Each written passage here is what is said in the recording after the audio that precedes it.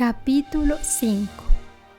Anochecía y Pinocho, acordándose de que no había comido nada, sintió un cosquilleo en el estómago que se parecía mucho al apetito. Pero el apetito en los muchachos marcha muy deprisa. En pocos minutos el apetito se convirtió en hambre. Y el hambre, en un abrir y cerrar de ojos, se convirtió en un hambre de lobo. El pobre Pinocho corrió al fuego, donde había una olla hirviendo, e intentó destaparla para ver lo que tenía dentro, pero la olla estaba pintada en la pared. Figúrense cómo se quedó. Su nariz, que ya era larga, se le alargó por lo menos 4 dedos. Entonces se dedicó a recorrer la habitación y a hurgar en todos los cajones y escondrijos, en busca de un poco de pan, aunque fuera un poco de pan seco, de una cortecita, de un hueso viejo olvidado por el perro, de un poco de polenta mohosa, de un resto de pescado, de un hueso de cereza, en fin, de algo para masticar. Pero no encontró nada, absolutamente nada. Mientras tanto, el hambre aumentaba cada vez más. El pobre de Pinocho no encontraba más alivio que bostezar. Lanzaba unos bostezos tan grandes que a veces la boca le llegaba a las orejas. Cuando acababa de bostezar, escupía y sentía como si el estómago se le fuera cayendo. Entonces, llorando y desesperándose, decía: El grillo parlante tenía razón. He hecho muy mal en rebelarme contra mi papá y escaparme de casa. Si mi papá estuviera aquí, ahora no me moriría de bostezos. ¡Ay, qué enfermedad más mala es el hambre! Y, de repente, creyó ver en el montón de los desperdicios algo redondo y blanco, que parecía enteramente un huevo de gallina. Dar un salto y lanzarse encima de él fue cosa de un momento. Era un huevo de verdad. Es imposible describir la alegría del muñeco. Hay que imaginársela. Creía que estaba soñando. Daba vueltas al huevo entre sus manos, lo tocaba y lo besaba, diciendo: ¿Cómo lo prepararé ahora? ¿Haré una tortilla? No, será mejor hacerlo a la copa. ¿No estará más sabroso si lo frío en la sartén? ¿Y si lo pasara por agua? No, lo más rápido será freírlo. Tengo demasiadas ganas de comérmelo. Dicho y hecho, puso una olla encima de un brasero lleno de brasas. En la olla, en vez de aceite o mantequilla, puso un poco de agua. Cuando el agua empezó a humear, ¡tac!, rompió la cáscara del huevo e intentó echarlo dentro. Pero en vez de la clara y la yema, salió un pollito muy alegre y educado, que dijo, haciendo una reverencia: Muchas gracias, señor Pinocho, por haberme ahorrado el trabajo de romper la cáscara. Adiós, que te vaya muy bien. Saludos a la familia.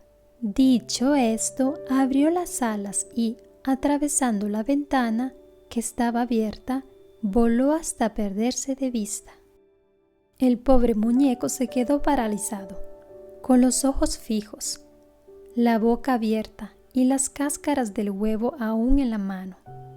Cuando se recuperó de su asombro, empezó a llorar, a chillar, a patear el suelo, desesperado, mientras decía: El grillo parlante tenía razón.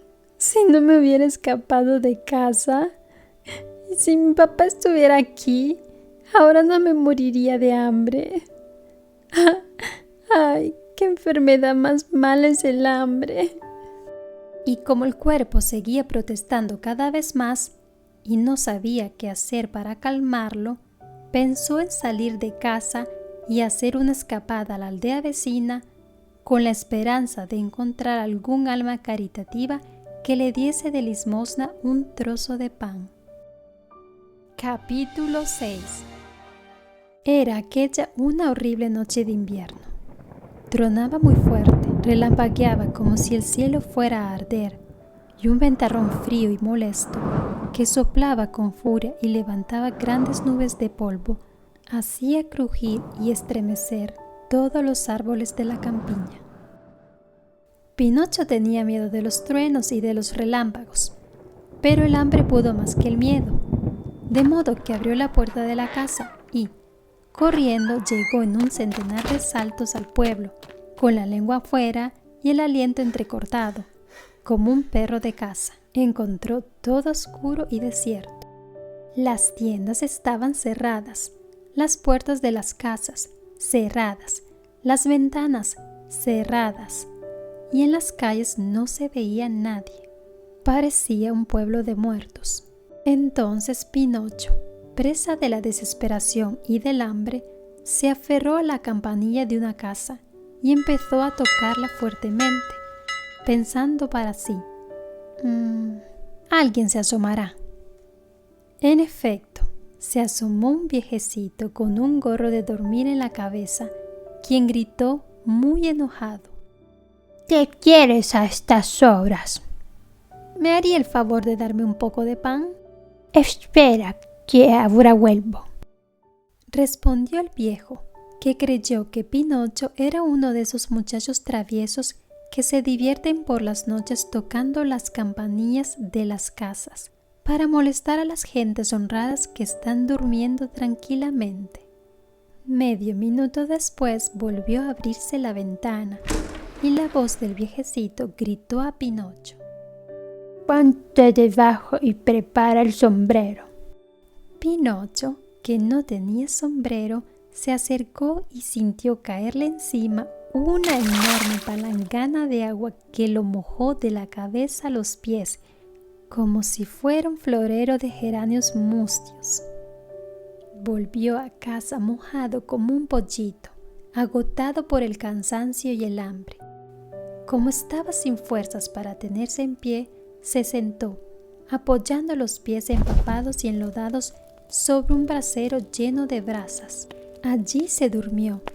Mientras dormía, sus pies, que eran de madera, se prendieron fuego y, poco a poco, se carbonizaron, convirtiéndose en cenizas. Pinocho seguía durmiendo y roncando, como si sus pies fueran de otro. Por fin se despertó, al hacerse de día, porque alguien había llamado a la puerta. ¿Quién es?, preguntó, bostezando y restregándose los ojos. Soy yo, contestó una voz. Reconoció la voz de Gepetto.